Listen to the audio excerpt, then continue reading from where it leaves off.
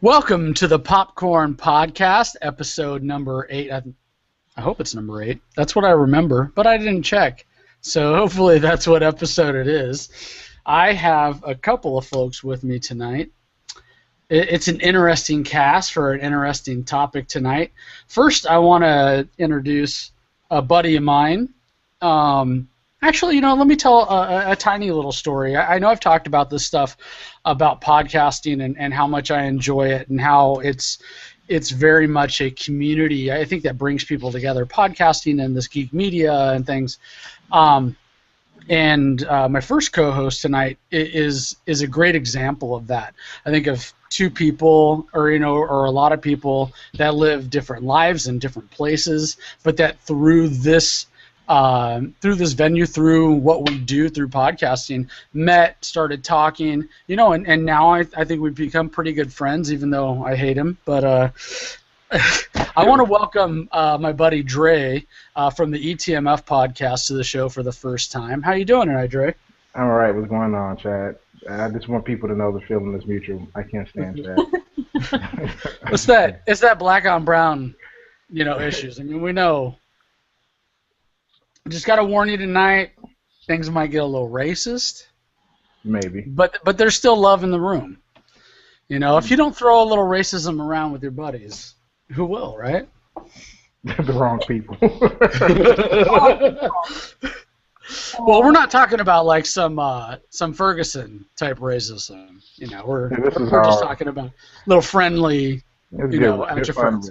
Yeah. All right. So, and then also tonight you can hear over there I have Isola. How are you doing? Oh, I am doing fantastic, as always. This is your last show before Hawaii, right? Yes. So why don't you tell us a little bit about what's going to happen there? Let us be jealous for a minute. Well, I'm going to the Big Island. I get to have some, just cool hangout time with my brother. We don't really get to do that very often because he and a majority of my family live in Jersey. So, so it'd be nice. Normally when I go out there, I have to hang with everybody. So now it's just, my brother and I, we're going to chill, have some fun, snorkel, I need a chill moment because, car problems and stuff. I'm like, I need a de-stress time. So this is going to be my de-stress time. Nice. Yeah. Of course, see how pale I am. This skin does not see sun. I'm concerned about bursting into flames, stuff like that. So we'll see what happens. This light doesn't make me look dark, very dark, but I'm pretty dark right now for the. No, you're looking as pale as me right now with that light. So. Let's see if I can. Oh, here we'll warm it up here. I'm pretty dark actually. Yeah, the light is not very good. What are you talking about? I'm talking tan. I'm not talking dark. Okay. I guess so. So where on the Big Island are you going? Waikiki. That's not on the Big Island. Is it? Yeah, it is. Isn't it? Waikiki is not on the Big Island. I have no clue where it is. No, the Big Island is Kona and Hilo and Mauna Loa. I don't know. The Big Island is Hawaii. I don't know where I'm going to be. I really don't. I've been in Maui. That's it. I think Waikiki is the island. I mean, I don't know exactly. I think I still got a little bit of white stuff on your face. No, that was the top. What the hell are you doing? My little pre-podcast snack. I may not know where I'm going in Hawaii, but at least I clean up my face before I get on a podcast. So. Wow. And we don't know what you're doing. We don't know what that little white stuff is, Chad. No, that was chocolate. You know what I'm saying? I think that might be. No, that's just worse. Jesus. I think we're getting into really weird territory now. So we're going to talk about our topic tonight. We actually came up with it last week. Is going to be television and film that make you cry and why they make us cry, maybe why they affect us. Obviously for each of us, there might be a theme. There, like for myself, television and movies that make me cry. There usually is a theme to it. usually prison movies, stuff like that. Where there's things that happen. That was supposed to be funny, but man, it fell flat. All I hear is that happened. I'm like, whoa, we are going field over here. Man, it went off a cliff pretty quick. For actually seriousness though, for myself, a theme of a show that usually chokes me up usually has to do with family type stuff, usually fathers and sons. I didn't have the greatest relationship with my dad, throughout my life. I mean, he's always been there. He was over here last night, but we've always kind of had a strained relationship. So when I see those movies where there's the reconciliation and everything, a lot of time that that kind of stuff chokes me up. Stuff to do with kids and parents and and loss like that usually gets to me. So when we were discussing this or thinking about this, over the week, I came up with a couple, and then Dre, I think, probably came up with a couple on the last minute, joining us. Yeah. And you know what? I'm going to give my honorable mention first, and then we'll go to Isola after that. My honorable mention is actually today. So I sat down and watched The Amazing Spider-Man 2 with my kids this morning, and no, I didn't cry because it was terrible. But it's that family part that really gets to me. I don't really talk about it too much, but I am a stepfather, for one of my daughters. But she's been my daughter for most of her life. Mm-hmm. So in that, there's a scene with Aunt May, and she's sitting on the bed, or on Peter's bed, and when he walks in, and he's got his wall of weird out where he's been investigating his parents' disappearance or his father's death, and just trying to figure things out. And you can see the pain on her face, how this is affecting her, that she's been the one that's raised him for the last decade and put her heart and soul and put her life on hold for this boy to be a parent through love. And watching that, and when she says, "But you're my boy," man, just the tears start flowing. And and Sally Field does it. That's the only part in the movie where there's real true emotion and acting, for the entire movie. And I've seen that movie twice, and both times it chokes me up each time. But that is part of that, those things in my life, to where, with my daughter, she's been with me since she was 3, and she's 9. She's going to be 9 in about a month. And she's lived with me for 6 years and always been my daughter. And she was my first daughter. She'll always be my first daughter. And I can connect with that character, how much that would kind of pain me. If I felt that they didn't love me or something along those lines. So when I can connect with those characters on those lines like that, it really hits me in that, in that soft spot. I completely agree with you on that, because I did cry a little in that movie, but that was mostly because, for other reasons. But spoilers. There will be spoilers on this podcast.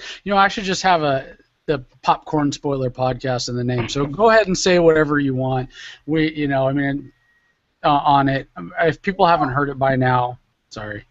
There were just so many holes in the story, and I'm sorry, but Andrew Garfield trying to do a frickin' New York accent, I don't even know what the hell was going on at that time. Look, you grow up on the East Coast, there are certain words that come out a certain way, and it was just bad. Well, we're not doing a review on The Amazing Spider-Man 2, right? No. So, but that's what made me cry a little. Sally Field, I do have to agree. She's an amazing actress. Anything she has been in where she even shows an ounce of emotion in some type of, struggle or whatever, she just always hits it 100%. And I've always loved her. So I can see how that would definitely, bring you in. And I felt a little teary-eyed as well. So. Well, and she's right there, actually, in one of my I struggled with this other one, too, for being one of my all-time, which is Forrest Gump. And that movie, there's so many moments like that, and then she obviously is a very core moment. You know, I'm dying, Forrest, and you know, a mother telling her son that she's gonna have to leave, and how he deals with that, and you know, Jenny, you died on a Tuesday. I mean, holy crap! I remember being like 18 years old watching that, 19 years old, and just crying like a baby next to, you know, my buddy the same age, you know, in the movie theater. So yeah, Sally Field. Did he give you a weird look? No, he was Did crying look too. okay, He was like, crying he looked too. over and was like, "Are you When really Jenny gonna-" died, man, when Jenny died, I think there wasn't a dry tear. Every time Jenny dies on Forrest Gump, I to this day still get choked up. It's a brilliant movie. It's Brilliant. a really good movie. Mm-hmm. So Isola, I've dished out some honorable mentions. Let's start with your first. What gets you going? What gets the waterworks going for you? Okay, for the most part, any movie that has to do with war and struggle, if you can capture me in the movie, it's gonna be. I cry at everything. Okay, I'm just gonna say that right now.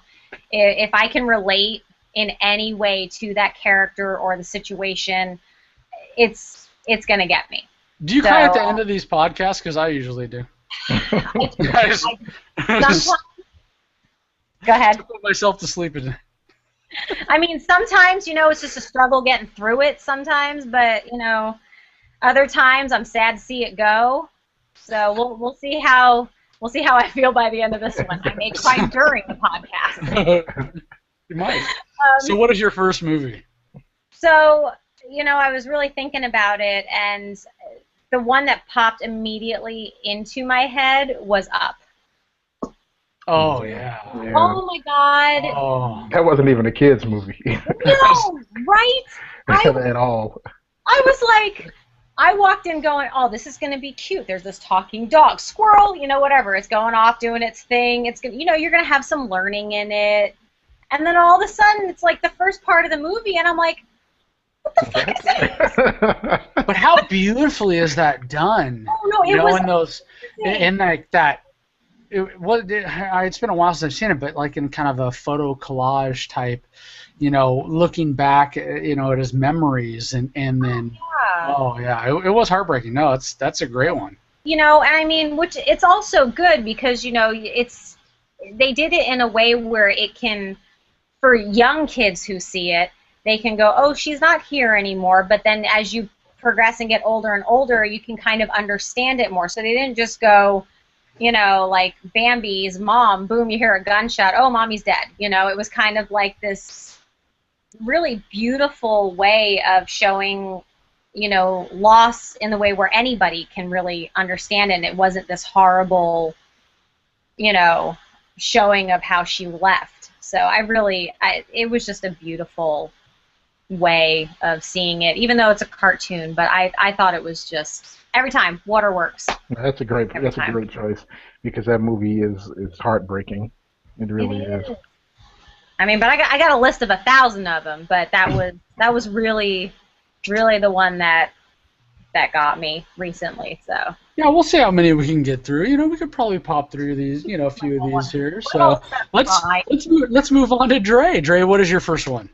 It's weird, because I'm similar to you in that the movies that choke me up are generally like about family, but the movies that get me are typically like a father and son relationship, because I mean, me and my father's been in my life my entire life. He raised me, he showed me how to be a man, but I think with a lot of men in general, like, you love your mother to death, but you want your father's approval the most. Like, you strive for your father to be proud of you. So those are the type of relationships that when a movie has something similar to that, it typically gets me. And the movies I'm going to say, people are going to be like, what the hell? But it's one moment in particular with Armageddon. One moment in particular. I hate that movie to no end, but I always watch it for the end when Harry tells Ben Affleck that he would be proud for him to marry his daughter, and how he's proud of him. That always gets me. No, totally. Yeah, I can't say that hasn't choked me up a couple of times as well. It's not. I mean, it sounds like, and that's what I was trying to describe about my father. He was always there, growing up and everything. But I think with a dad, like you said, you get your mother's love. But with boys, a lot of fathers are trying to make men. So Yeah. there's a very different dynamic there. When I think a lot of boys probably do want a little more of an emotional father. I mean, I know a lot of friends there. I mean, their dad is just emotionally available as well.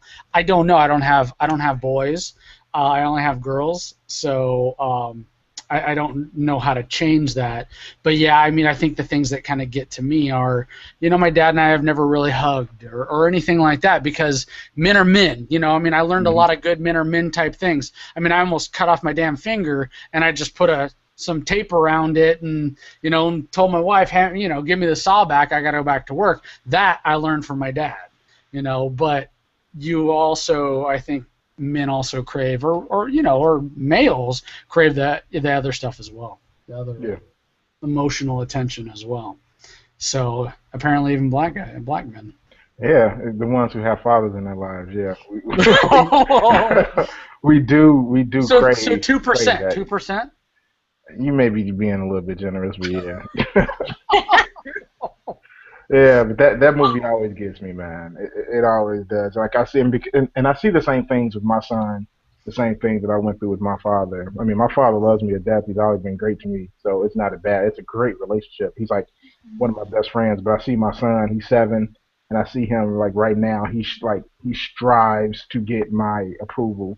Like he wants me to be proud of him, and I think he wants me to be proud of him more than he wants his mother to be proud of him. Like and I don't know. I mean, I can't even give you the reason why I needed that from my father. So I damn sure can't tell you why he needs it from me. But but I know that's what he's doing. He's always look at me. I've done this. I've done that. And like that moment in that movie is just. It's a terrible movie, but that's a great. That's a great part. It's not it's a fun movie. I It's a hate that fun, movie so much. fun popcorn movie. I've seen Armageddon so many times. Oh yeah. Every time it I comes on like television, I watch it. I No, like this Deep is not Impact the better. same. I'm more of the Deep Impact crowd. I like that So better as well. I did Morgan Freeman. I love Morgan Freeman as the president there in Deep Impact. But They were ahead of their time. I'm gonna move on to my actual first pick, and this kind of goes along with the theme that we're talking about. I talked about this last week. It's the movie Life as a House, and it's actually about a father's redemption to his son, and probably their redemption and approval of each other, to where he wasn't the best father, and he finds out, and this is Kevin Kline, and his son is played by Hayden Christensen, Mm-hmm. and Hayden Christensen is much better in this than he is in Star Wars. Uh, but he's that basically the son that didn't really have a father growing up, so he's acting out, and he's when you first meet him, he's doing the choking game kind of thing and huffing, and after Kevin Kline finds out that he's dying of cancer, he just says, "I'm taking him for the summer." He doesn't tell his ex-wife why, and some of the stuff is very formulaic, but it's actually really well done, and he basically takes him back to build a house on this plot of land, this house that he had always dreamed of, and it's their time together and them building this home, and as it grows, their relationship grows, and and there's a ton of metaphors in there, but it's heartbreaking to see once he starts, Hayden Christensen starts to fall in love with him. Then he finds out that he's dying, but there's so many moments in that movie where, and not just a single one, where there's some cry-worthy moments. Have either of you seen it? I have not, but I will. It's definitely one to see. It's been a while since I've watched it, but that was, if I had to pick a movie where I could say Hayden Christensen could act, it would be that one. No, I mean, like, seriously, he did a really good job, and just seeing the father-son interaction, because it's almost like that, hate's a strong word, but there was not the connection, the father-son connection. You see it There's a lot of animosity between them. Exactly. And to see it grow, and it was beautiful. I think that's a great pick. And it grew believably in the movie. It wasn't one of those, happens in 5 minutes. I mean, they do it over the course of months, and then what they achieve together, and the struggle to build this home, and it actually brings this whole community together, and it brings his ex-wife's family together, and his her new husband and the family, and just the way it all happens in this life as a house, or this house, brings everybody together, and it is in a believable way. It's a beautiful story. I really, really enjoyed it. I'm gonna check it out. So, Isola, you got another one on the list there? Oh, I got a laundry list. Okay, well, why don't you throw your second one at me? Another one, when I was thinking about this, and I don't know if you guys have seen this, but it was Eternal Sunshine of the Spotless Mind. Yeah. With Kate Winslet and, oh my God, Jim Carrey. I was like, how did I forget Jim Carrey's name? It's not your typical comedy where you're expecting him, to be all funny, but we know that he can be serious when he needs to, but just the way that you see how, again, have you guys seen it? Yeah. Okay. It's been a long time, but yeah. But you see there's, they're no longer a couple. She wants to completely forget about him, and there is this new type of drug out there where they can pinpoint specific memories that you want to forget, you forget it. And so she's like, oh, well, I don't want to remember him anymore. And you're kind of seeing the struggle of where he goes, well, if you're going to do this, I'm going to do it. And then you're seeing, oh, God, what if I don't want to do this anymore, but stuff's still happening? So you're kind of seeing this whole transition of where they're trying, you're seeing the memories and kind of reliving all of those things and how they don't want to lose it, or one wants to lose it. There are some points in there where you're just like, oh my God, like you can relate. I think a majority of people can probably relate to some extent, depending on relationships. You have moments where you're like, oh my God, I've been through that, and you just remember this heartache or this struggle, and you're just like, this is so sad. I can feel their pain, but the way they did it was just really great, and so that was another one that was on my list. It's a good choice. If you haven't seen it in a while, watch it again. All right. What about you, Dre? Mine is another similar choice to the last one about father and son relationships, but it was Field of Dreams. Oh. Obviously, like the movie starts off and Kevin Costner is telling, he's an adult and he had a not so good relationship with his father. I don't want to go through the entirety of Field of Dreams. I mean, the movie is almost as old as me. So if you haven't seen the movie yet, I don't want to spoil it. It's a good movie. Go see it. But at the end of the movie, obviously, there's a game of baseball taking place in what used to be his cornfield, but now it's a baseball diamond, and it's all kinds of old baseball players who have obviously long since passed. And they're playing the baseball game. The baseball ends, and they're all walking towards the cornfield to disappear. And they don't invite Kevin Costner's his character, and he's mad. He's like, "Why won't you invite me? Why can't I come?" And Shoeless Joe Jackson, I think it was Shoeless Joe, he reminds him that he sacrificed, the reason why he sacrificed all this stuff for his family. And then, like, the whole point of the movie, or the saying of the movie, is if you build it, they will come. At the end of the movie, he tells him if you build it, he will come. And when he turns around, the catcher takes off his mask, and it's his father. Yeah. And he starts kind of breaking down, and his father is walking away. And Do you want to have a catch? That shit gets me every time. It still gets me. I'm not even watching it. I have goosies right now. Goosebumps.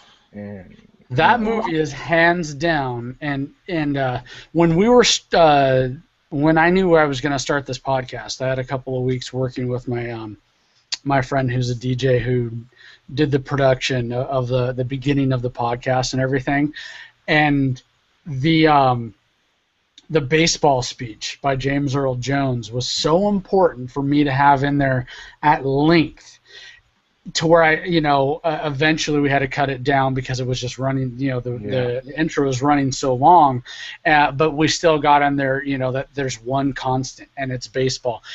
But there's so many moments that, especially to a man or a boy, like you're saying, are so great. And that, and obviously Kevin Costner is a baseball fan, and has done a ton of great Bull Durham and Field of Dreams. I mean, these wonderful things. But yeah, really the movie boils down to, it's about a son wanting one more chance to have a catch with his father. To have a good moment with his father. The moment that he doesn't, if he ever had one of those good moments, he doesn't remember it. He doesn't believe he's ever had one. So he's always talking about it or referencing the difficult relationship that he's had with his father. And when he finally gets to see him, he's like, okay, this is it. I'm going to have this catch with my father. And then obviously, as it, they're playing catch, and the camera's panning out, and you see all of these cars driving towards the diamond. Yeah, the lights. Yeah, the lights, and everyone is coming, and he sacrificed all of that for his family. So in a sense, he saved his family because they were going bankrupt. They were going to lose their farm. He saved his family, and he also got that last moment with his father. That gets me every time, every single time. Yeah, I mean, how phenomenal though are the monologues in that movie? I mean, I'll probably have to do a show just dissecting Field of Dreams, because it is hands down one of my single most favorite movies of all time. Yeah. But James Earl Jones and his monologues in that movie are just phenomenal. And if you're not even if you're not a baseball fan, but for myself, and I don't know if I know that we've joked about it a couple of times, but I know Sean was talking shit about Wrigley Field, but for myself, walking out on Wrigley Field for the first time years ago gave me that feeling of mystique and everything that I think that you would get from, that Field of Dreams type feeling is what I would describe it as, for baseball and for the love of the game and things like that. But baseball just has this very storied history that they paid such love and respect for in that movie, in comparison to fathers and sons and having a catch and everything. And it's just a beautiful movie. Yeah, so don't judge Kevin Costner off of Waterworld, man. Yeah, I love Waterworld. I like Waterworld. Waterworld gets creamed unnecessarily. It isn't as bad as people make it, but people cream it. So does the Postman. I like the Postman. Postman too. It gets destroyed. I just saw his 3 Days to Kill or whatever. That was my wife and I just watched that. It was nothing like I was expecting at all. That is a fun movie. Go see it. It was totally fun, and there are these little pieces where you chuckle, there's just these. But it has that father-daughter redemption story to it as well, and it has this moment, and I won't, this moment that just about every father has with his child, where you teach them how to ride their bike, and they do it in their own special way in this movie, and that is a tearjerker all on its own. That was so emotional, the 3 Days to Kill. But it's so weird because he's this hitman and he's just murdering everybody and then going back and trying to renew his relationship with his daughter. But it works out. It works out. So that's good. Yeah, it's 3 Days to Kill. It's on Redbox right now. You guys will need to check it out. So I'm going to shift over to television. If you guys want to go around one more time, if you have a TV one that you think of, Sean actually brought up a good one. Dre, I don't know if that's one that are you familiar? Not that episode. It's another episode. Okay, so you got one. I'm going to talk about, because next week is going to be our Who podcast. Probably the piece of television that makes me cry the most is when the 10th Doctor is separated from Rose. Keep going. In the end of season 2 of the revival? I think it's season 2 or 3. I think it's 3. It's season 3, where he's separated from Rose, And I've watched that probably 4 or 5 times in the last year. And every single time it gets to me. I mean, the first time, at first and the second time, I was just blurry-eyed sobbing. And I don't know why, because relationships, I mean, obviously, I love my family, I love my wife, everything like that, but usually boyfriend-girlfriend type relationships in movies or in settings, I mean, whatever, but something about their separation, and maybe it's because it's more of a partnership than it is this, I mean, it is kind of a love relationship, but that doesn't get to me. But the fact that they're so, at least at that point, permanently separated. And, there's that kind of iconic scene where one is touching each side of the wall, which is showing the separation in dimensions. Poof. And then he finds a way to communicate with her, and then he's able to see her for a few seconds on the beach and finally say goodbye. Done. Every single time, I'm lights out done.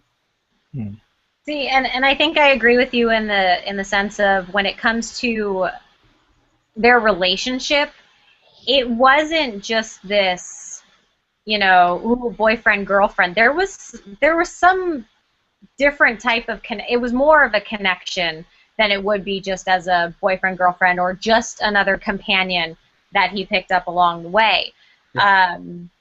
There was just something about their relationship, and whether it was the chemistry, between the two of them, because when you see the Doctor and another companion, I think that that's really been the strongest relationship, so to speak, between a companion and a Doctor. It was very strong. But yeah, that one gets me. Yeah, I know for myself, with any other companion or any other person portraying the Doctor, I didn't feel as much of that connection between the two actors and the two characters. Maybe for a split second at the 50th anniversary, when Amy Pond comes back to basically say goodbye to Matt Smith, there was that tinge, where instead of him seeing Clara at his last moments, he sees Amy. It's a little messed up, but no, I mean, it's a very powerful connection between the two that they forged, between David Tennant and what's her name, who played Rose. But that awful. Billy Piper. What? Billy Piper, yes. So Isola, what about you? Okay, well, since you stole my Doctor Who, there's actually a quick one was actually when was it the New York episode with the Weeping Angels with Amy and Laurie? Yeah, that one was pretty. That one got me too. But I still agree with you with David Tennant and Billy Piper. That was probably the ultimate.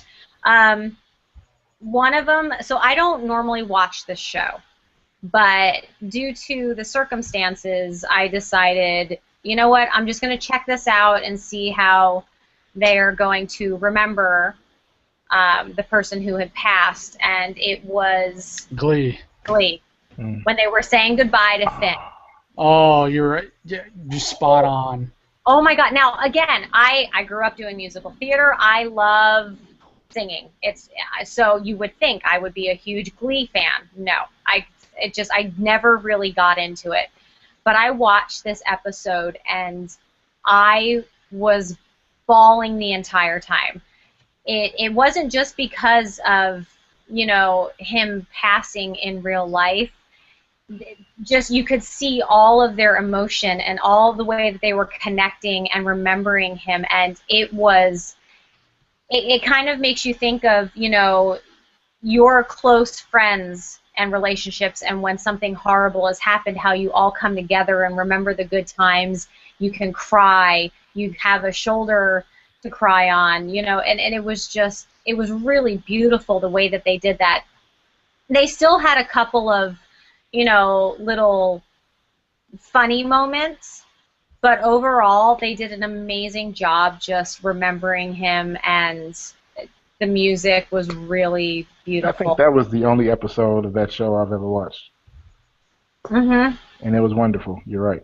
It was great. Yeah, you know. And if I could say that the rest of the show was like that, you know, I'd be like, oh yeah, all right, let's go watch it again. But no, it's just that episode got me.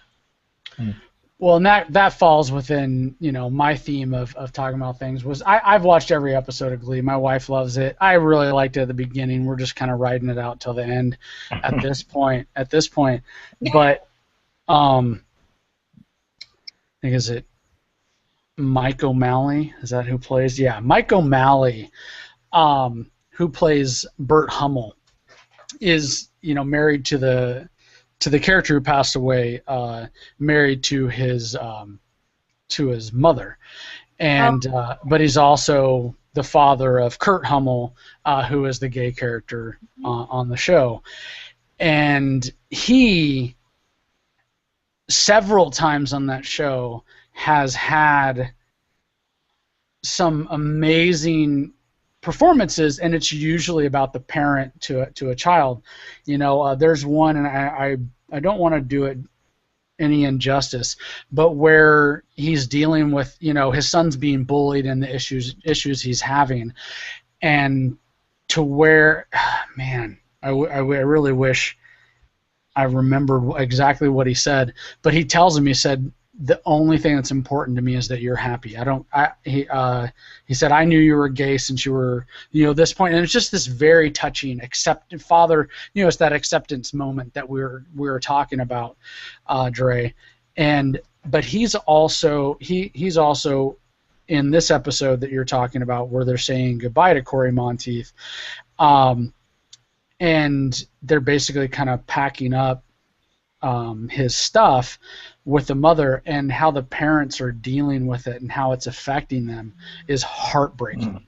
And it's believable. And that, I mean, throughout the show, yes, it was touching and everything, but the way those two dealt with it and feeling a parent's pain of losing a child, yeah, that's... Yeah. I mean, not something I ever want to have to imagine, but that's a tough one. Yeah. You know, and to know that they only played as parents and that their pain was real. Yeah, that was a good choice. That was a good choice for TV.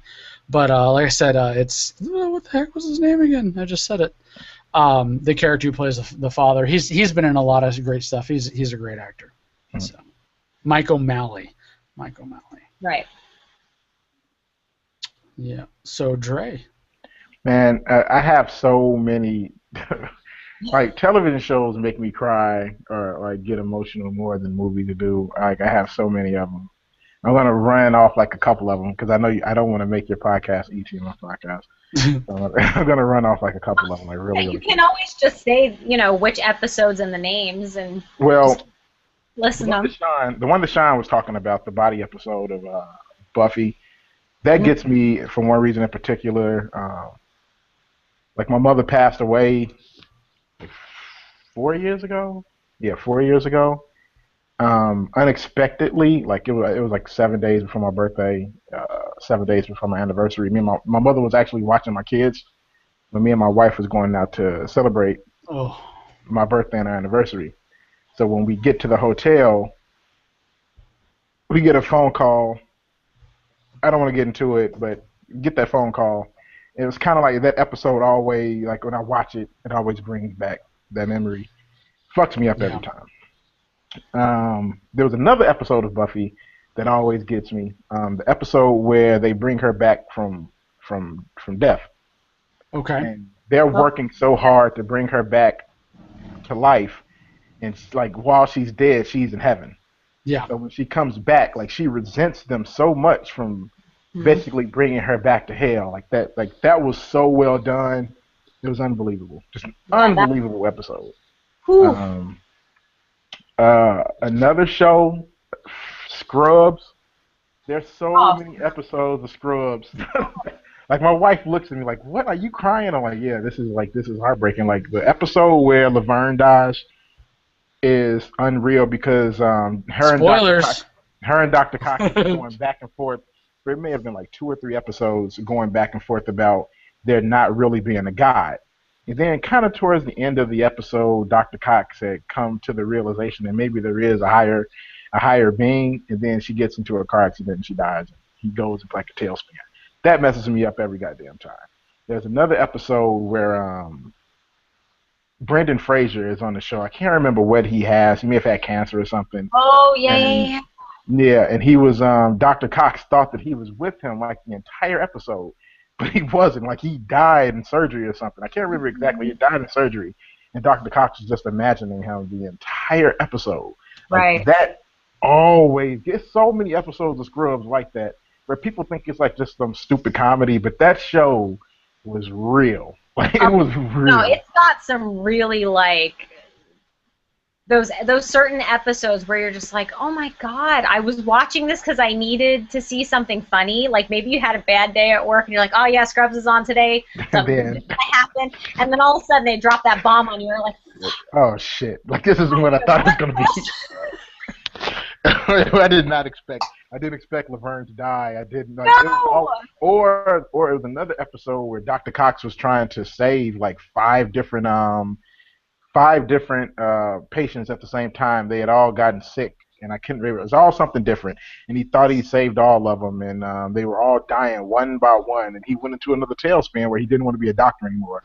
That gets me every time too, because JD and Dr. Cox had a sort of a father-son relationship, and JD was trying to get him out of his funk.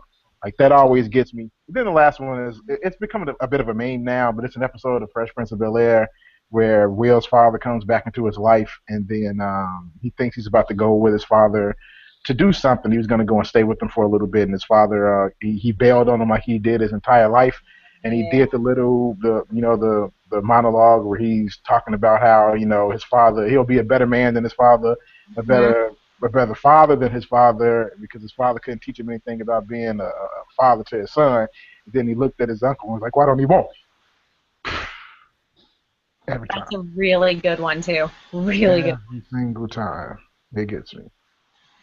That was some of Will Smith's best acting. And they said he wasn't even acting. They said he wasn't acting.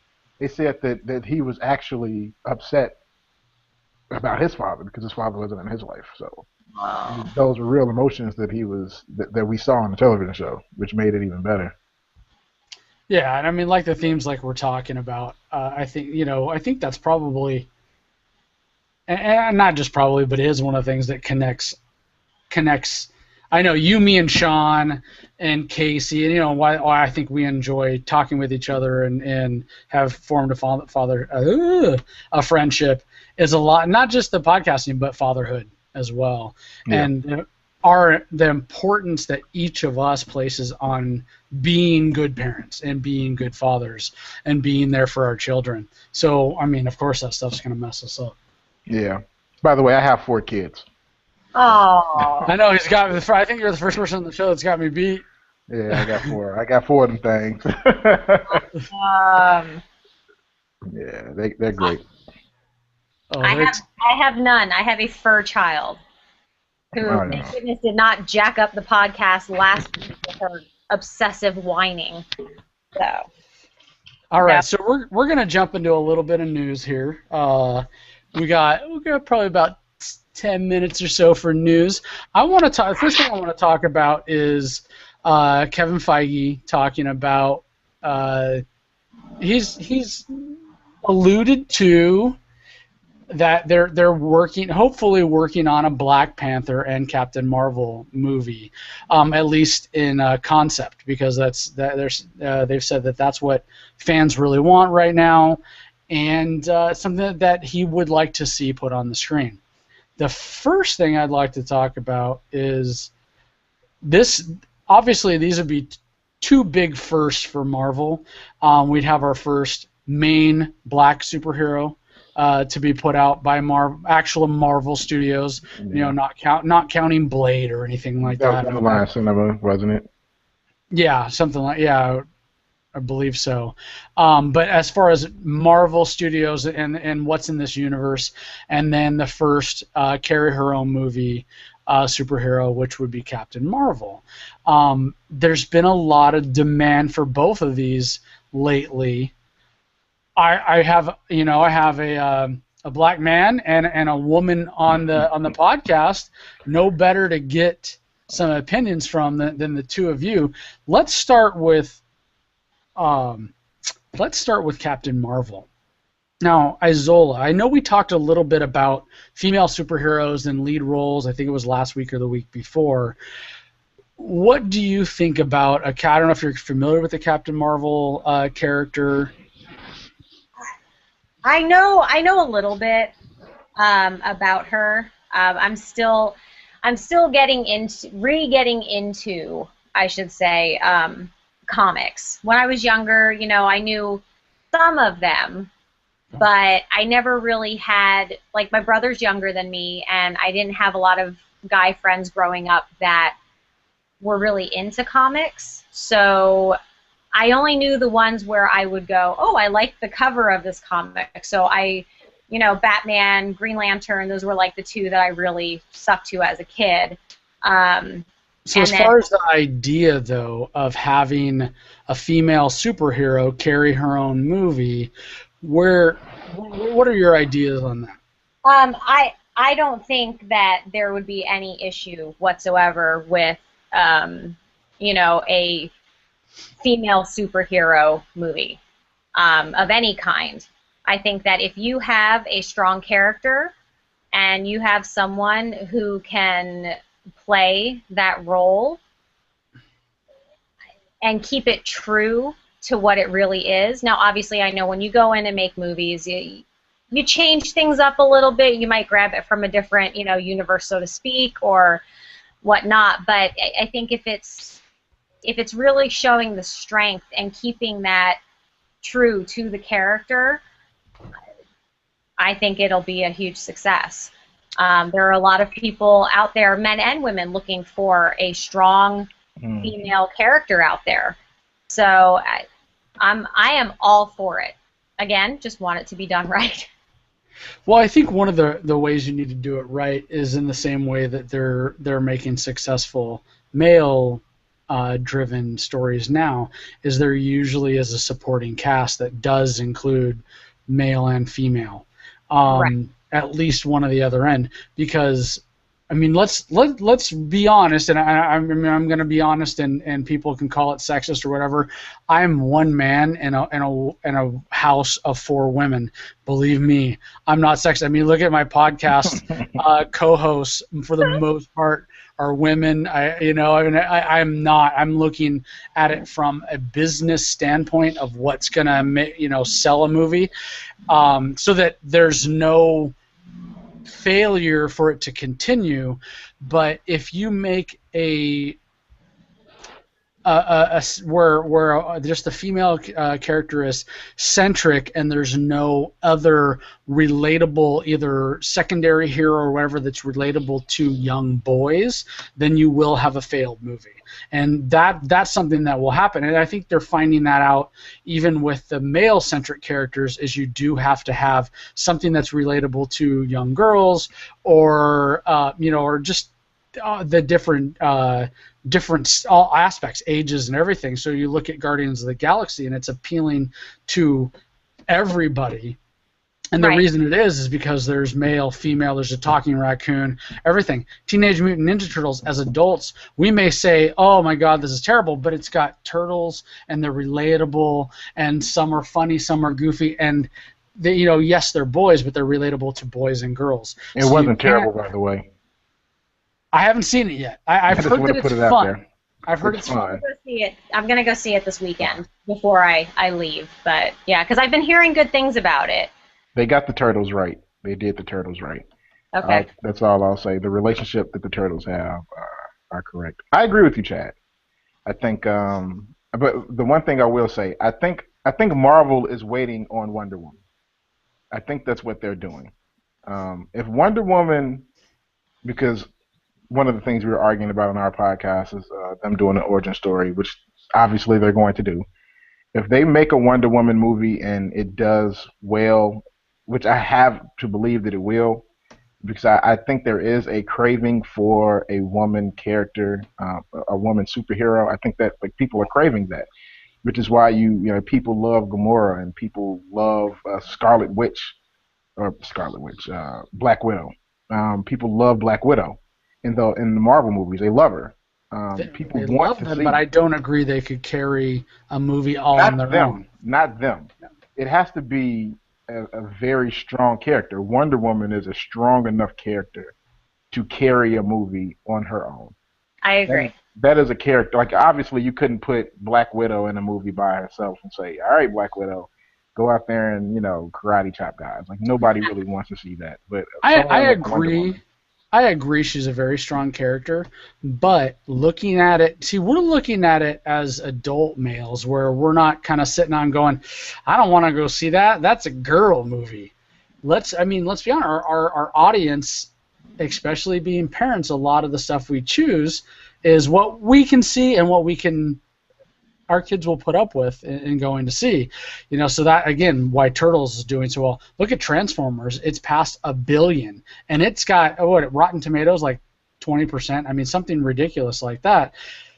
But parents can take their kids to see it. And I'm what looking kids, at my daughters. My daughter is asking me about Wonder Woman because we your just daughters are, but will your sons? My And son, But here's the thing, too. I think that you also have to understand that and maybe acceptable is the wrong word, but it is now more acceptable for young girls, women of any age you're seeing more of them read the comics. They're hyping up all like video games and things like that. They're starting to make stronger female characters you know what I mean? So although you do have to appeal to the masses, I really think that, there's an airplane, sorry.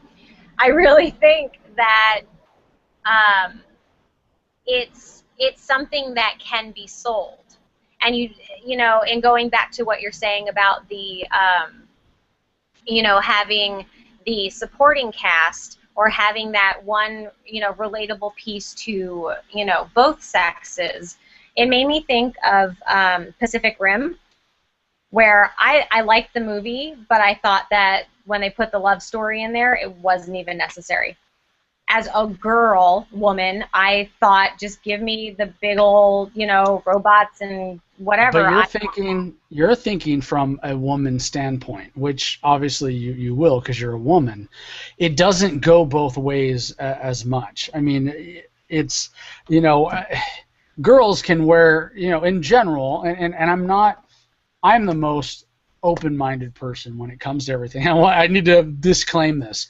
I have friends that are black, white, Asian, lesbian, gay. I mean, they know me, but I'm talking about the way society works is that a girl can dress up in boys' clothes, but a boy still, at this point, there's still very much a stigma in doing girl stuff. So a girl can play with boys' toys, but a boy is not normally going to play with girls' toys.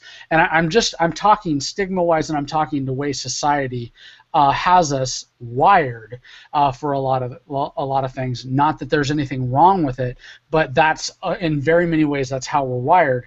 So as a girl, you can look at it and go, I like some action. I don't care if there's a love story or not. But especially a young boy is going to look at it and go, okay, it's Wonder Woman, but what is there for me? Yeah, I see what you're saying. I see that point. But I think that boys in general, if you see a girl like Wonder Woman and she's just in the movie just like wrecking shit, like you're gonna be like, okay, she's just wrecking shit. Kind of like back when we were younger and Laura Croft came around. Like that was like the first outside of Miss Pac-Man. We were teenagers and she had huge titties on a screen. Let's be I honest. I wasn't even really a teenager like you may have been, like 10 years old. Okay, but you're a boy, and yeah, but that's my point. Her that's as a character appealed to us so as a sexualized character. Yeah, the character will still appeal to teenage boys to go and see it because Gal she's freaking beautiful. So teenage boys are gonna go see it, and generally speaking, men are going to when I take my daughter to go see Wonder Woman, I don't care if my boys want to go see it or not. They're gonna come. They're coming to see this movie with us. So mark my words. That'll be a small percentage of how it works, and if they don't include a secondary superhero that is male, it will not get the results that they want. I actually hope they don't do that because I think we need a Trojan horse to get past the idea that women need a man to carry them in movies I'm and not saying to outside of it. carry her. No, I'm no, not no, saying the not you. No, character. not that. As Not a you. secondary teammate, and what I believe that it would be in those type of situations is somebody that we really haven't seen before, so that people will go, oh, we get to go see such and such along with Wonder Woman. So it's that, but a secondary supporting cast. It's going to Type be of character. interesting to see how they do it because I would love for them to just give Wonder Woman her just due and just throw out a good script, well written movie, well acted, and just and see if that character can make it on her own without Batman or Superman being in the movie to make people Oh, want to they go won't see put it. Batman or Superman in No, it. I mean obviously it'd be like It'll Flash be or somebody else. It'll be Hawkman. It'll be you know Green it Arrow or something like it'll be that. something. It will. It'll be something like that. Yeah, I guarantee you they will, and they have to. I mean, that's kind of the route that they're going with, and that's where they went with this, which really started your argument on your podcast, which was stupid because uh, somebody that will remain unnamed, Derek's whack ass, okay, was arguing to the point that it was Superman 2, Yeah, which and it isn't. I and was kind it's of told that. not. Superman Man of Steel 2 is slated for like 2017, Yeah, 2018. and the This Batman is movie as well. Yep, and a Batman movie. There's actually, I think he's on for like 2 or 3 movies. I think it's His 2 that three they've movie. said. Is I it thought it 3? was three. I think it's three because he gets to direct two of them, right? Something. This might be one of them. I Okay. think this is one of. I think he's getting 2 of his own movies or something Okay. along those lines. But yeah, well, they've said that because he's getting his own, maybe he will direct. There's never been anything that's been confirmed on that. I But would we've like for him talked to about direct. I like him. now. We talked about the woman aspect so much. Let's talk about a black superhero character because this is something that we've seen almost as few and far between as as a female lead role in hero type movies. Man, since Wesley Snipes, we haven't Yeah. had a whole lot of black heroes or superheroes. Anthony Mackie. He was the, Yeah, but he was that, and he wasn't that's what I'm super talking either. about. Captain America was so good because he had Anthony Mackie, and because he had Black Widow.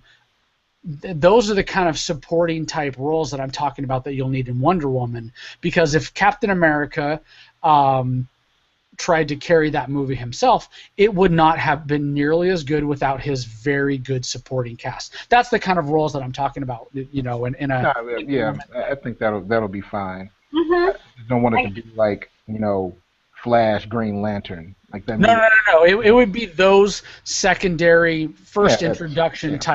type characters. That's Now, as far as a black hero, I can't talk. I mean, obviously, I can't talk about this other than, I mean, my feelings about a lot of stuff. We've had political discussions and everything. Yeah, you hate But black I'm, people. It's okay. well, I fucking. I mean, let's be honest. I'm gonna put a sheet over my head when we're done with this. But hey, I was. I had some black people over the house last night, and I was cooking some chicken, Look at this so shit. And the first thing you say is chicken. Look at this shit right here. because I fucking love chicken. What were the side dishes? Well, look at this. Look. Well, no, we had mashed potatoes. We had corn, Okay. All we had right. mashed potatoes, and what else? We had some like 3-bean salad or something like that, and it was delicious. Okay. Now there was no Kool-Aid, there was no watermelon, no grape, Okay. no All purple right. drink. It had no But, purple drink. but what does this mean to you, or what would something like this? I mean, obviously there has to be something pent up, that wanting to have that representation. Why don't you throw at me your 2 cents? I think obviously we've had a lot of small roles, Idris Elba and Thor, Obviously Anthony Mackie and Captain America too, but to come back to a hero or an African American superhero, like that would be a big deal. That would mean, especially if it does well, because Blade 1 and 2 did very well, And they were great. I mean, and they let's were be honest, they great were fucking movies. badass. They were good movies. 3, and we'll let 3 go. We'll let that pass. But True. to have like a Black Panther movie, and not just like he's not just a black character. That's an African character. That Yes. in an African, like Yeah. it's fictional, but it's an African country. Yeah.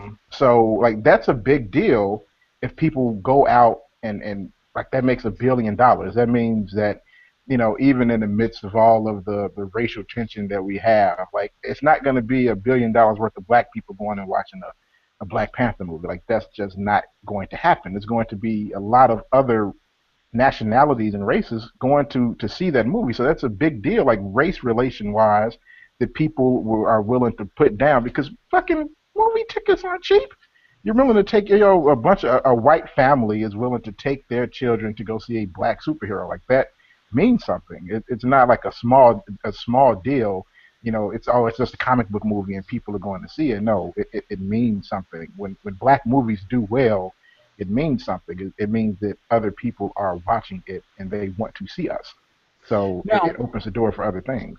do you think Marvel has done a good job? Because I mean, you're talking about ushering in a generation. Not mine. I would say, if you're in your early 20s now and a little bit later, that are having children, where they did grow up watching the cartoons that did have great representation of all races. Like you're saying, I mean, we got to visit through the Justice League and Justice League Unlimited.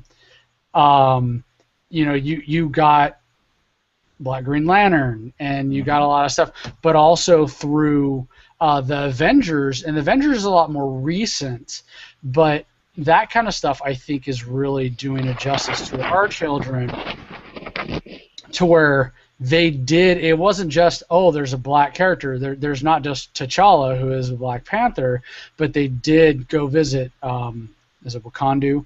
Wakandu, and they did go visit that country, and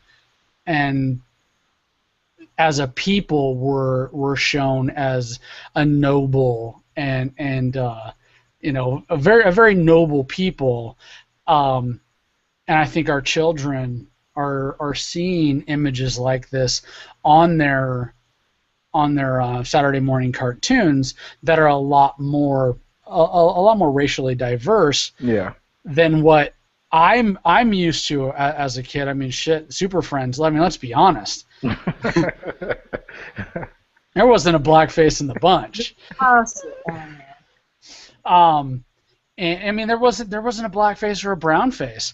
I mean, there was no representation. But then you watch great cartoons now, like Young Justice, and Hispanics are represented, and blacks are represented, and Asians are represented, and they're represented positively. Female characters are, and I think our children are gonna be, at least the group now that are growing up, are in general are going to be so used to this just being the norm, it won't even have to be talked about, and that's what I hope for.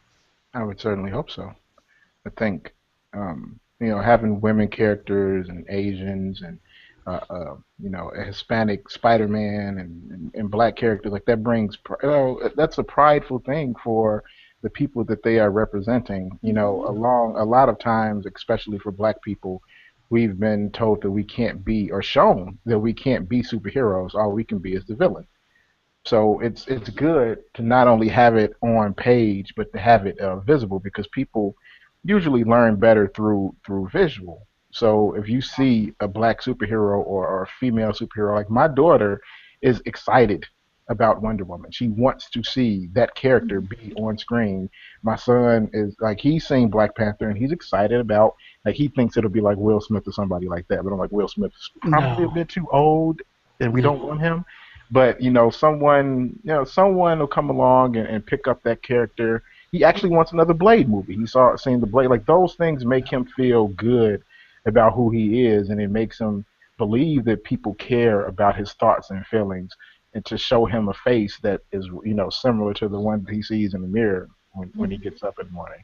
And the same thing for women as well. Young girls want to see that, and it's a beautiful thing that it's happening more than it ever did, because like you said, when our kids are together, when they grow up, they won't think about a black superhero or a female superhero. They'll just be superheroes, and that's the way it should. Yeah, and that's the way it should be. I mean, things should represent us as a society. I mean, there's just. I like to introduce my children. Obviously, I mean, we hang out with any number of people. I don't care. I think that there's still, and I know we've had the discussion, not to get political or whatever, but like you're saying, it's so much easier when things go wrong to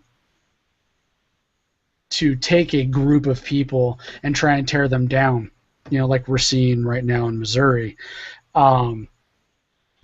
I do want to switch gear. I know we're not a political podcast, but because this does involve some racial discussion, I mean, there's this positiveness that you see in superhero movies, but then there's things. I mean, let's not get in. I don't want to get into the details or whatever, but one of the things that I've noticed that in order to objectify or really tear down a class of people, they go around and start pointing out what's different about them that they may not relate to, or something along those lines. And I think that's one of the things that we're facing with movies like this, is that so many people, like, I'll bring up a suggestion. So one of my buddies, obviously who's black, was saying that what's happening is terrible and things like that. And then to a T, a white girl comes on and was like, well, maybe if they weren't acting like such animals, people would. I don't think she said animals, but people would. That's usually the refrain. I mean, that's in so many words. People would take them seriously, and I mean that I almost lost my shit on that. He was over here last night and we were talking about it, but really, to objectify a class of people that way. And we still have so many people that's what they do. Rather than learning how to relate, they just go, well, they're so different from me. I don't need to. I don't want to. And there's still going to be people like that. And that was something that was strange to me to hear, even in this day and age, from people that I knew, where it was like, what does one have to do with the other? I know I'm kind of going way off topic, but my point being is that there's still so many hurdles to make, like you said, put a black character on screen to make $1 billion. There's still so much of this, just garbage, this underbelly, in order to justify bad things that happen. All of a sudden this person must have been a thug, or this person must have been this, or must have been the other thing, to make it okay to do horrible things to them. There's still just that seediness out there and that racism out there. That's an overarching theme, Chad. That's an overarching theme with sexism, racism, all of it. And I think that once we get African American, Hispanic, Asian, female, like my experience, like my first experience with Caucasian white people, it wasn't very pleasant. I think I was 7 years old.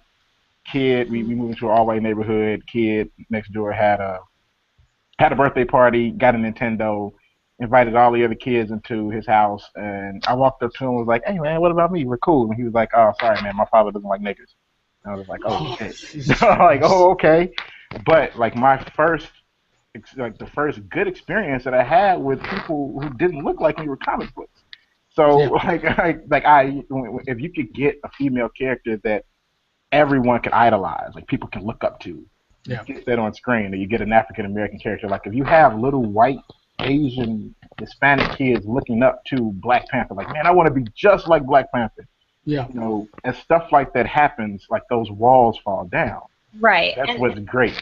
Yeah, and thank you for vocalizing it much better than I was, because I do. I mean, I get very emotional. I mean, Dre knows, man. We'll have some text message back and forth where both of us are just pissed the fuck off about some of the stuff, and it's about being a father and a friend. I mean, and I'm a mix of like 10 different races myself, and just seeing how ignorant it is, and that was really the point that I was trying to get around to, is that I think that superheroes and comic books and these characters are a healing point that that this next generation, our children, will help bring so much of that, more of that together. And I think that you really hit the nail on the head. It's ultimately, especially with our ages, I'm not quite sure how old everybody is, but I'm older than you guys. Really, you'd be surprised at how old I am. It really is ignorance on, humanity's part. People are ignorant, they're self-absorbed, they don't, I grew up with, my father not being the nicest person, saying things that I think back on some of the things that he would say and just being disgusted, even as a little child, whereas my mother was like, it doesn't matter what race, what sex, how big, small, whatever you are a human being. You love them no matter what. I grew up with that all of my life, and it makes me appreciate things so much more. It's human life. So you know what? Now let's be honest. Yes. You're in a dark alley. Yes. Dre and I are behind you. Uh-huh. You're okay with that? I'm fine. It's actually happened to me before. You're stupid. Run. Hey, let me tell you. I'm gonna tell you the truth. I'm probably not gonna run, but I'm clutching my purse. I can't hold my purse. If I saw myself in a dark alley, I'm clutching my purse. I'm sorry. Hey, you know what though? I can kick some ass though. So if I got anybody in a dark alley, you really shouldn't be, All right, we're gonna run ETMF. We're gonna run ETMF long. I do want to talk about one last bit. Actually, I want to say Hell on Wheels is back. If you're not watching it, it's great. If you haven't watched Hell on Wheels at all, catch up with it. I believe it's on Netflix, and then the new season is only 2 episodes in. I love it. The building of the Union Railroad, or Transcontinental, whatever the hell it's called, and it's phenomenal. It's a great story, but it deals with a lot of the things we're talking about, race relations, and how it began, freedmen and everything at our country's infancies. But it's great. I really enjoy a lot of intrigue, a lot of killing, a lot of fun stuff. Hell on Wheels. Killing. Yes. So we did get our first look at the Stormtrooper helmets this week. We've gotten a lot of news about how they're making such a big push to head back to practical effects with the new Star Wars movies. I'm not too confident in J.J. Abrams, but I am confident in Disney. I know it's just a tease with the helmets. What did you guys think? Let the lady go first. Well, I don't think it's bad.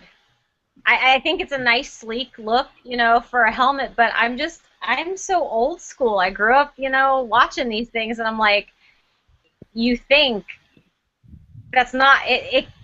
Color, yes, it's fine. It looks the same pretty much, but there's just a little bit of difference. So it's not completely going way out of left field on it, but I personally still love the original. To me, they look more like pieces of armor, rather than pieces of plastic. I think that's the biggest difference, is they look like something that there's a reason for having it on, maybe a breathing apparatus, armor, something where they could go out into space. I mean, something along those lines. That's, they probably function as gas masks and things like that, rather than why the hell is he just covered up by by a weird plastic helmet. I didn't have a problem with the way that it looked. Yeah, it was different. But you've listened to me talk about movies, comic book movies, and adapting original work into film. I just tend to take the stance. I'm just gonna let it play out. They have a plan and a vision, and I'm just gonna wait until I can see it all before I make a decision. It looks okay. I don't dislike it. I don't like it either. I'm right down the middle. I like that. Yeah, yeah. I'm up in the air. I'm hoping it's going to be good. I mean, some of the rumors that are coming out about the storyline and such like that sound interesting. Sound like they might be taking a few Liberties. Yeah, a few little. I was just like, apparently there's comments on the podcast. Somebody spammed us, and it just says penis. So, like, I'm getting this notification that someone made some comments, and it's literally two comments that say penis. So, thank you, Mug Zens, for talking about your penis or whatever that is. Sweet. So, with that, I'm going to go ahead and wrap up this podcast. We're going to go into final thoughts. So my final thought will not be penis or about penis, but let's go ahead. Kidding. I cannot guarantee that Isola's will not be. So why don't you give us your final thought, Isola? I don't really have any final thoughts. I'm going on vacation mode, so my brain is thinking, aloha. So You doing anything fun soon? Any cons? Any what's going on? So I'm definitely doing Kamikaze. I got my press credentials, so I'm super stoked about that. I'm hoping to get some new costumes done for it because I'd really like to show off my skills a little more. I don't think I'm gonna get my wings done. I have this thought in my head of how to build some movable wings, but I don't know if it's gonna work. So, trial and error. We'll see how it goes. But you could always make some videos of what you're making, and we can put them up on our cosplay vlogs. Nice. I will be doing that. So you can see my trial and error, my cursing and kicking and screaming and obscenities that fly out of my mouth. It's so unladylike, but whatever. Yeah, take a look at some of the videos we have on there, and it's advice, it's costume building, it's design advice, and we're always looking for cosplayers to throw in some helpful videos to share their work. Well, you know me, I'll throw all my stuff your way, and whatever you want to use, you can use it. If not, it's all right. Now, Dre, besides prison, where can we find you?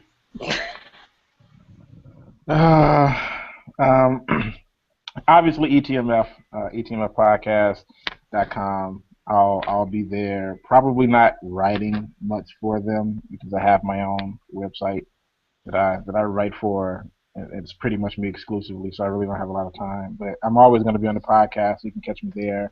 I'm always on Twitter. As far as things coming up, I have my daughter's birthday. I have that coming up pretty soon. She's turning 1. So I have that. And then When's I have that? When's that? September 6th, man. So. Oh, okay. So I've got two. I got a ninth birthday on September 11th and a second birthday on September 28th. Wow. Yeah, you're like me because I had two back in June and then one in May. So yeah, it's all over the place. But like I said, ETMF podcast, man, that's where I'm at. I was a little bit more laid back for the homies podcast. I didn't want to get too crazy, but if you want, well, you put on your what did you call it? Your suit and tie voice. I think that's what you called me out on. I put on my suit and tie voice. I tried to, thug it up a little bit for you tonight, but as I can't do it too much. Yeah, I try to be reserved, but that's where I'm at, man. ETMF podcast, And then your sports podcast is? It's according to sources. It's accordingtosources.com, according to sources at Gmail. If you like sports, I'm all over everything except soccer because I don't fucking watch it. But, you were just at Bears training camp, right? Yeah, I was just at the Bears training camp, which was a good thing. It was great. They invite me out every year. A couple other teams I could get guys out, but I just haven't reached out yet. I'm trying to get somebody into WrestleMania next year because they waited too long to get into this one and SummerSlam. They waited too long, but we can get people into that too. So I'm just trying to push ahead and get my website, going as much as I can, so I can get that Bleacher Report money at some point. Have somebody purchase me. Have someone purchase me, so I don't have to work anymore. So Black man, I don't know. I know. Marcus is waiting to come on according to sources. He asked me last night. He's like, "What's up?" You know what? I've been trying to nail down a date, but I'm going to get on Facebook and I'm going to holler at him and let him know because we need to talk about football. Yeah, he'll like talking about football. He's just about the only person I've watched football with anymore. He'll come over here and we'll just hang out for the day and watch football and eat chips. He loves Doritos. But he's one of those black male model brothers. Oh, okay. So they cool too. He's actually has done underwear modeling and everything like that. So he'll eat Doritos, but he'll make me feel bad when I eat them. Yeah, you gotta make that money. So we have run exceptionally long. Well, the day that this comes out will be Doctor Who returning day. Next week we are going to be talking about Doctor Who. We're going to be dissecting the Return of the Doctor. Actually, not the Return of the Doctor. The new Doctor will be dissecting his first episode. What we thought. Izola cannot join us. She will be in Hawaii. She has said she would, but there's no way in hell I want you joining us from Hawaii. Come on. How funny would it be? Me being drunk off my ass trying to do a freaking podcast about Doctor Who. Because it would be like 5 o'clock there, and it would be in the middle of you, like, supposed to be out having a wonderful time and talking about Doctor Who with our dumbasses. I could sit underneath the umbrella at the beach, just chatting. It would be fun. No, I understand. I'll be on the next time. Fine. Yeah, so we'll be talking Doctor Who. Tamar Baines will be joining us. Tamar is a cosplayer and a big Whovian. She's met a lot of the doctors, so we'll be able to get a lot of good stuff from her. Sean was going to join us. Man, it was going to be 2 weeks in a row with black people on our podcast. Oh, wait, no, Tamar's black. Oh, yeah, 2 weeks in a row. So we're good. We've got the demographic. Sean was gonna join us, but he will be covering Dragon Con for us in Atlanta. Nice. So I hooked a brother up. I got him press for Dragon Con. Hopefully, with some of this Chicago stuff coming up, we'll be able to get Dre out there covering some stuff for us. Yes, sir. Between him and his group of thugs over there, we're just gonna bring you more and more stuff. But I'm all talked out. We had a lot of fun tonight. Thank you to Azola, of course. Thank you for coming on. Dre, my brother, thank you for helping me out last minute. Anytime, bro. Anytime. All right. So for myself and the entire podcast crew, we want to wish you good night and we want to say goodbye. And I hope you have a great week, and we'll see you soon.